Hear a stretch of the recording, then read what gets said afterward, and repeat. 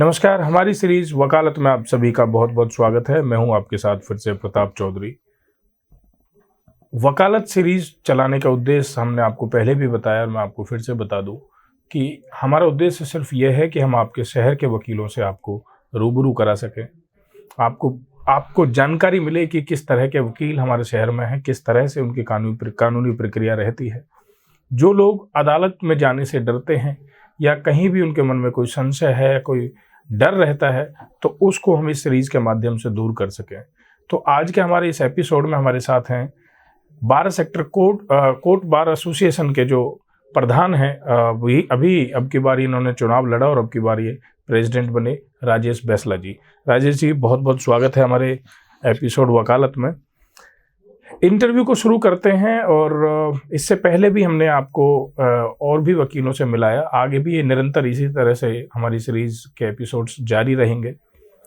राजेश जी, सबसे पहले तो मैं यही जानना चाहूँगा कि आपको एक लंबा अनुभव आपको वकालत का है और अगर देखा जाए तो एक तरह से आप सबसे युवा ही हैं अगर प्रेसिडेंट के तौर पर हम अगर आपको देखें तो। और अनुभव है तभी आपको वकीलों ने चुनकर ये पद पर पहुंचाया है। तो किस तरह की दिनचर्या आपकी रहती है, किस तरह से आप काम करते हैं, साथ साथ प्रेसिडेंट की इतनी बड़ी जिम्मेदारी भी है, ऊपर से केसेस भी होते हैं, तो कैसे उन सब चीज़ों में सामंजस्य बिठाते हैं?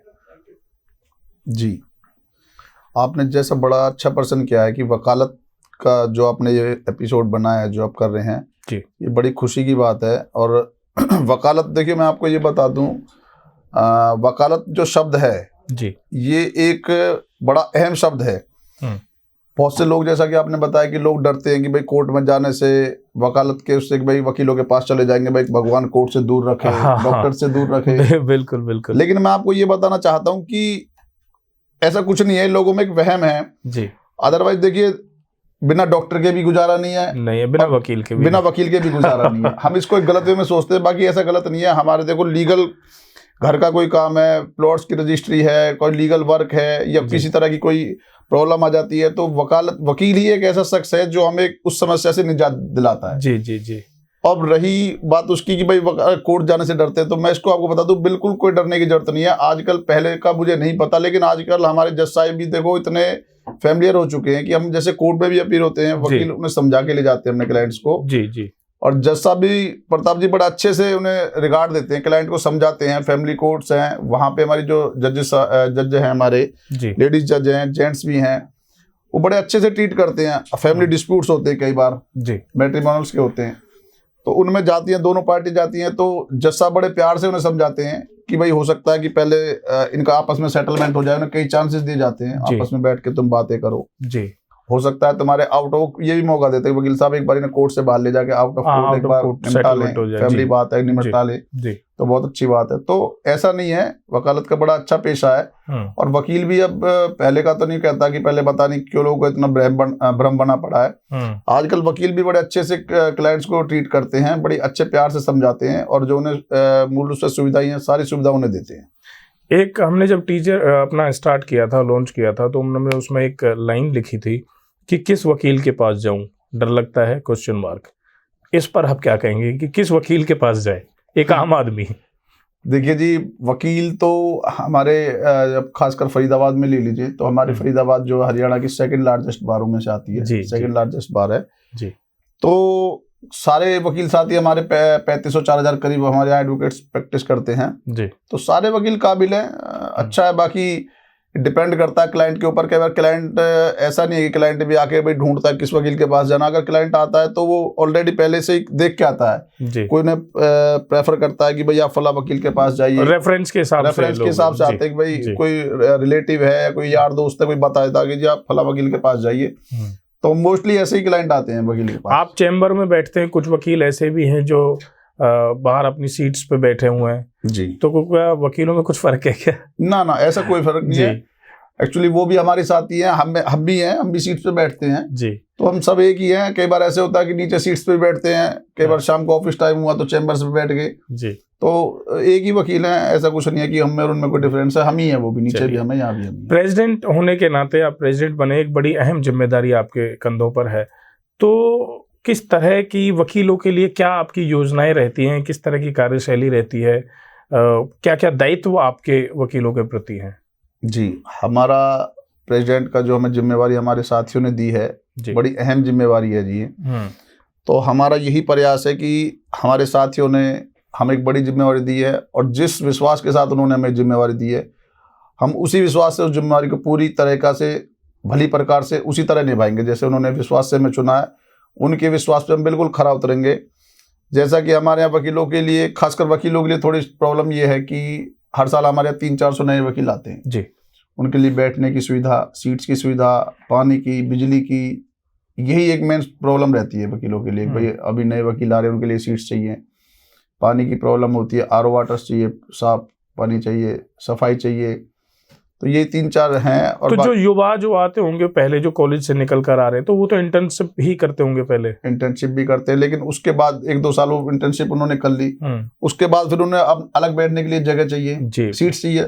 अब सीट्स तो वही है हमारे पास, अब एडवोकेट्स तो उस, हाँ, ये बड़ा एक अहम सवाल है। तो जैसे सीट्स पहले से ऑलरेडी फुल होती हैं, तो अब हर साल नए वकील आते हैं, फिर उनको भी सीट चाहिए, तो उन सब चीजों का बंटवारा या उनको बिठाने का किस तरह से रहता है? वही मुद्दा है, मैं उसी बात को कह रहा था आपसे। जी जी। कि सीटें तो वही है, जगह भी वही है हमारे पास, एडवोकेट्स हमारे पास बढ़ते जा रहे हैं, हर साल बढ़ते हैं जी। तो अब हमारा यही है कि हमारे काफी युवा साथी है जिनके पास, वकीलों के पास सीटों का अभाव है। उसके लिए हमने यही देखा है कि हमारे पास यहाँ पे थोड़ी सी जगह पड़ी हुई है जी। तो एक बार जो हमारे पूर्व में प्रधान रहे हैं, जेपी अधाना जी रहे हैं जी, उन्होंने हमें बताया, तो उनसे मैं कुछ पेपर लेके उन्होंने बताया कि हमारे नाम अलॉट है। तो एक बार पेपर में वेरीफाई करके और अपना जैसे भी उनके लिए जो जितने भी नए वकील साथी हैं, हमारा पूरा प्रयास है कि उनके लिए हम नई सीटों का इंतजाम करेंगे जी। और हमने नई चैम्बर्स के लिए भी 1.8 एकड़ जमीन का हमारा अलॉट हो चुकी है हमें। अच्छा। वो हमारा थोड़ा सा उसका जगह काम में आ रहा है कि वो जगह थोड़ी पीछे, तो हमारा सरकार से या हाई कोर्ट में जाके दोबारा हमारी एक्सरसाइज यही चल रही है कि वो हमें इसी जगह से मिलती हुई जगह मिल जाए, तो हमारी काफी प्रॉब्लम पास में ही रहेगा सब कुछ। जी जी जी जी। तो हमारे ये प्रयास है। तो वकील साहब, इस पेशे में आप हैं, तो क्या कुछ ना कुछ चैलेंजेस, कानून सब आप जानते हैं भली भांति, तो चैलेंजेस तो आपको भी कहीं ना कहीं किसी न किसी चीज में आते होंगे इस प्रोफेशन के दौरान। चैलेंजेस आते हैं, लेकिन वो सब हो जाते हैं, वो कंट्रोल हो जाते हैं, उनको देखते हैं, बैठते हैं आपस में। अगर कोई जुडिशरी से हमारी कोई बात है तो जुडिशरी से भी हमारी बात हो चुकी है कि हमारे, सबसे पहले हमने यही कहा था कि भाई हमारे वकील साथियों को, अगर जैसे युवा साथी हमारे आते हैं, उनको कहीं कोई प्रॉब्लम आती है, नई नई हमारी युवा साथी है, उनको कोई प्रॉब्लम आती है किसी भी तरीके से, तो हमारे डीजे साहब, राठौर साहब, वो अच्छे हैं, उनका बिहेव वकीलों के लिए, युवा वकीलों के अच्छा है। उन्होंने भी बाकी सारे जुडिशल, जितने भी जुडिशल ऑफिसर्स हैं, सबसे ये कहा है कि भाई जितने भी न्यू कमर जो हैं एडवोकेट्स हैं, तो उनके अगर कोई प्रॉब्लम उन्हें आती है वकालत के उसमें, तो उन्हें थोड़ा प्यार से समझाया जाए, अदरवाइज तो चीजें तो सब सेम ही है। अच्छा वकील साहब, आजकल कई बार ऐसा देखा भी गया है और कई बार ऐसा फरीदाबाद में भी घटनाएं हुई हैं कि वकीलों के ऊपर हमले हो जाते हैं, और ये बड़ी अप्रिय घटना है वैसे तो उसके ऊपर क्या कोई ठोस कदम आपकी तरफ से एज ए प्रेसिडेंट? जी, हमने सीपी साहब से मुलाकात की थी, सीपी साहब के पास हम एक मीटिंग रखी थी, तो काफ़ी देर हमारी लंबी वार्तालाप सीपी साहब से हुई थी। तो हमने सीपी साहब को यही अवगत कराया कि कमिश्नर साहब, हमारे वकीलों के साथ कोई नाजायज काम ना हो, बाकी अगर उनसे कोई बात होती है या वकीलों के खिलाफ कोई कंप्लेंट आती है या इस तरह की कोई बात है, तो पहले बार प्रेसिडेंट से उसके बारे में डिस्कस कर लिया जाए। उसके बाद कोई आगे FIR या किस तरह की भी कोई कार्रवाई की जाती है, तो उसके बाद आगे कोई कदम उठाया जाए। हो सकता है हम अपना परिवार है, हमारा सारे वकील साथी, और कोई इस तरह की बात है तो हम आपस में शॉर्ट आउट कर ले बात। जी। तो सीपी साहब ने हमें आश्वासन दिया था कि प्रधान जी, इस तरह की कोई घटना नहीं होगी। और एक दो, जब से हम प्रधान बने, एक दो छोटी मोटी घटनाएं हुई हैं, तो वो शॉर्ट आउट हो गया हमारा। इस तरह की, मतलब हमें कोई बात नहीं हुई कि वकील के खिलाफ कोई कार्रवाई हो, इस तरह की बात है, वो हमने आपस में बैठा के शॉर्ट आउट कर ली बड़े अच्छे तरीके से। जी। देखिए, आप भी इस चीज़ को समझते हैं और हम भी समझते हैं कि अदालतों में आजकल जो फैसले हैं, जो केसेस हैं, वो बड़े लंबे समय तक चलते रहते हैं जी। उस पर आपका क्या मानना है, क्या वजह है? उसके लिए जजेस की संख्या थोड़ी कम है। हालांकि पहले हमारे यहाँ बहुत कम थी, लेकिन अब हमारे यहाँ जजेस की संख्या बढ़ा दी गई है। फास्ट ट्रैक कोर्ट्स भी हैं, और हम एक बार अपने इंस्पेक्टिंग जजेस जो हमारे आते हैं हाई कोर्ट से, उनसे ये मांग रखेंगे कि फास्ट ट्रैक कोर्ट है, अगर हो सके तो एक आध फास्ट ट्रैक कोर्ट और लाई जाए, जिससे कि जल्दी मामले निपटाए जा सके। जी जी जी। तो पहले में अब में धीरे धीरे फर्क आ रहा है, तो कोशिश ये रहेगी कि और तेजी से उसमें थोड़ा सा उस प्रक्रिया को तेजी में लाया जाए। देखिए, फास्ट ट्रैक कोर्ट मेरे ख्याल से उसकी शुरुआत ही इसलिए हुई थी कि ताकि जो लंबे समय से केसेस चल रहे हैं इसीलिए हुई थी फास्ट ट्रैक से, कि जो लंबे लेकिन फिर भी वहां भी अब देरी होती है, कहीं ना कहीं देखा जाता है। दरअसल क्या है जी, हमारे पूरे देश में ही मामले बहुत ज्यादा हैं और जुडिशरी में जुडिशियल ऑफिसर्स हमारे पास कम है जी। तो एक बड़ी समस्या है, लेकिन अब धीरे धीरे समस्या का निदान हो रहा है जी। एक कोर्ट और लगता है लोक अदालत। मैं चाहूंगा कि आप दर्शकों को, जिन लोगों को नहीं पता है, जो गरीब तबके के लोग हैं, जो इन सब चीज़ों को नहीं समझते हैं, थोड़ा सा आप एक्सप्लेन जरूर करें कि लोक अदालत का क्या मतलब है, लोक अदालत क्यों लगती है। लोक अदालत हमारे यहाँ समय समय पर लगाई जाती है, मंथली भी लगाई जाती है जी। उसमें क्या होता है कि जैसे चलान्स होते हैं या फिर जो भी पेंडिंग मामले होते हैं, तो एक तरह से मध्यस्थता के जरिए लोक अदालत बैठा के उनको उनका निपटारा करा जाता है। कि भाई अगर कई बार ये कि लंबा केस नहीं चलाना चाहते, दोनों पार्टियों को बिठा लेते हैं लोक अदालत में, किसी के ऊपर चलान से या इस तरह की कोई बात है तो उनका कम से कम बैठ के, मतलब उनको लंबित मामलों को निपटाने का एटलीस्ट होता है कि भाई जितना मामला हो सके मामलों को निपटाया जा सके। जी जी। यही मेन उद्देश्य इसका होता है। वकील साहब, आपका क्या मानना है कि जो पहले के समय में कानूनी प्रक्रियाएं थी या कानूनी तौर तरीके थे और अब के समय में, वर्तमान समय में कितना फर्क आया है? बहुत फर्क आया जी। जी। बहुत ज्यादा फर्क आया, मतलब पहले में और अब में तो जमीन आसमान का फर्क आया। और पहले तो डेट पे डेट लगती रहती थी, लंबे वकील साहब भी आते थे कि जी डेट दे दो, 2 महीने की डेट लगी, 3 महीने की डेट लगी। लेकिन अब हमारे जुडिशियल अफसर्स भी ऐसा नहीं करते। अगर हमारे वकील साहब भी कई बार कहते हैं तो वो मना कर देते, नहीं वकील साहब अब इतना टाइम हो गया, अब इसको निपटाओ आप। तो अब पहले मरब में तो बहुत फर्क आया जी। नए नए युवा हर साल कॉलेज पास आउट करके आते हैं और इंटर्नशिप की तैयारी करते हैं, वकील बनने के, एक अच्छा वकील बनने के सपने भी देखते हैं।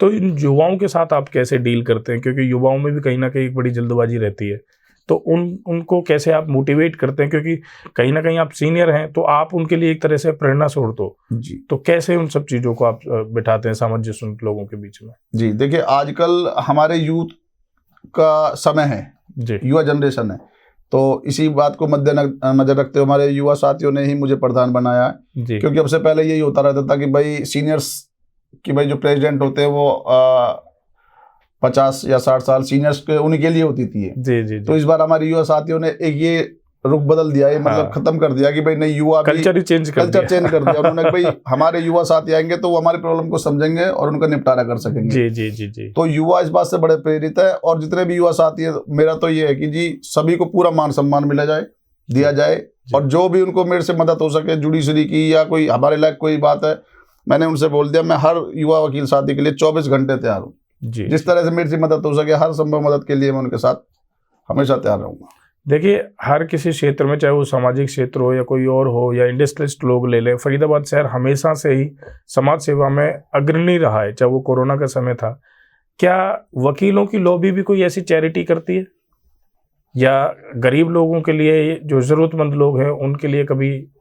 नहीं, देखो ऐसा है, हमारे काफ़ी एडवोकेट्स ऐसे हैं, उनमें कई सीनियर्स भी हैं। मेरा भी ये, खासकर मेरा भी आपके चैनल के माध्यम से मैं भी बता दूं कि मेरा भी यही प्रयास रहता है कि मुझे जितना मेरे से हो सके, अगर जितने नीडी जरूरतमंद लोग हैं उनका मैं केस, मैंने बोल भी रखा है कि भाई जो भी मेरे पास, जिसके पास मुझे फीस की कोई जरूरत नहीं है, जिसे भी आर्थिक सहायता की जरूरत हो, मेरे से फ्री ऑफ कॉस्ट केस लड़वा सकता है। मैं हूँ, मेरी टीम है, और काफ़ी हमारे एडवोकेट्स हैं हमारी इसमें कोर्ट में, कि जो मददगार लोगों की मदद करते हैं और समय समय पर करते रहते हैं। वही एक तरह की चैरिटी है। जी, चैरिटी करते रहते हैं। और जैसे अब सर्दियों का मौसम है, हमने कंबल वितरित भी किए गरीबों के लिए। तो जिस समय पे कोविड टाइम में हमने राशन भी बंटवाया था, जी जी जी, बाहर की तरफ से भी दिया था, और कुछ वकील साथियों ने भी उसमें मदद की थी, राशन बंटवाए थे। उनके लिए जो आर्थिक मदद थी वो जितना हो सका सभी लोगों ने किया। सर, कोविड का एक, ये आपने कोविड की बात करी, तो कोविड पे ऊपर बात करते हैं। कोविड का बड़ा भयानक समय हमारे पूरे देश के लिए रहा, बहुत लोगों ने अपने खोए उसमें, तो लेकिन उसमें बहुत सी चीज़ें सीखने को भी हमें मिली। हम सबको कुछ ना कुछ कोविड सिखा के भी गया है, और बहुत लोग डिजिटली भी उसमें हुए। तो आपका उस दौरान किस तरह का एक्सपीरियंस रहा, और केसेस का निपटारा किस तरह से होता था? जी, कोविड के दौरान देखिए, कोविड से कोई भी अछूता नहीं रहा, कोई वर्ग ऐसा नहीं रहा जिसको कोविड ने छू के ना निकला हो, जिसको उसने नुकसान ना पहुंचाया हो जी। तो हमारे वकील साथियों के लिए भी कोविड का बड़ा भयानक समय रहा है। बड़ी परेशानियों का हमने सामना किया है कोविड टाइम में। कोर्ट्स बंद रहे, कई कई महीने बंद रहे हैं। उसके लिए हमारी अपना व्हाट्सएप कॉलिंग पे या फिर वीसी के जरिए अपना हेयरिंग होती थी, कोई केसेस होते थे, जज साहब भी उस पर सुनते थे। तो पूरे देश ने इसकी मार झेली है जी, तो हमारे वकीलों ने भी इसकी मार झेली है। और एक बुरा समय था, उसका मजबूती से उसका सामना किया, और आज तो हालात ये है कि पूरा देश इससे उभर चुका है। तो हमारे वकील साथी भी इसके ऊपर उभर चुके हैं जी। जी। ये सवाल मेरा आपकी तरफ से उन सब युवाओं के लिए भी है जो युवा वर्ग वकालत के क्षेत्र में है। एक अच्छे वकील को या किसी भी एक वकील को किसी क्लाइंट का केस लेने से पहले किन किन आवश्यक बातों का ध्यान रखना चाहिए? देखिए, वकील को केस लेने से पहले अच्छी तरह से केस को समझना चाहिए कि उस केस के क्या फैक्ट्स हैं, क्या उसमें सच्चाई है, उसके पेपर को वेरीफाई करना चाहिए। उसके बाद ही आगे चलना चाहिए कि भाई इस केस में कितना दम है, और उसको क्लाइंट को क्लियर करके चलना चाहिए कि भाई इस तरीके से मैं केस करूंगा। उसे किसी भ्रम में नहीं रखना चाहिए कि भाई मैं इस तरह से exactly, हाँ, भ्रम में ना रखे कि भाई मैं तेरा कर दूंगा। अगर हो सकता है तो उसे पूरी पॉसिबिलिटी के हिसाब से बता के चलना चाहिए। एक डॉक्टर की तरह अगर आप पेशेंट एक डॉक्टर को अपनी पूरी बीमारी बता रहा है तो डॉक्टर का भी फर्ज उतना ही कि उसका इलाज वो उसी तरह से करे। तो ऐसा ही मेरे ख्याल से कहीं ना कहीं वकीलों को भी इस चीज का ध्यान रखना चाहिए। चलिए, बहुत अच्छा लगा आपसे बात करके सर, और आपके ऊपर बहुत सारी जिम्मेदारियां भी हैं, और आप प्रेसिडेंट बने हैं, उसके लिए भी आपको बहुत बहुत शुभकामनाएं। भविष्य में आप बहुत अच्छा काम वकील क्षेत्र में करेंगे, वकालत के क्षेत्र में करेंगे, और जो भी योजनाएं रहेंगी उसके लेके आगे भी हम आपसे बीच बीच में मिलते रहेंगे, और आपके इंटरव्यूज के माध्यम से लोगों को बताएंगे कि किस तरह से बार एसोसिएशन काम कर रहा है। बाकी हमारी इस सीरीज में आगे भी हम इसी तरह से मेहमानों से आपको मिलाते रहेंगे, अच्छे वकीलों से मिलाते रहेंगे, और आपको कभी भी ये चयन करने में दिक्कत नहीं होगी कि मुझे किस वकील के पास जाना है या वकीलों से डर लगता है। तो इस सीरीज को देखने के बाद आपका कहीं ना कहीं वो डर भी दूर होगा, और आसानी से आपको कहीं ना कहीं कानूनी सहायता इन वकील साथियों से मिलती रहेगी। तो इसी तरह से हमारे चैनल को देखते रहिए। इस वीडियो को देखने के बाद इसको फॉलो जरूर करें, लाइक करें, सब्सक्राइब करें। नमस्कार, धन्यवाद।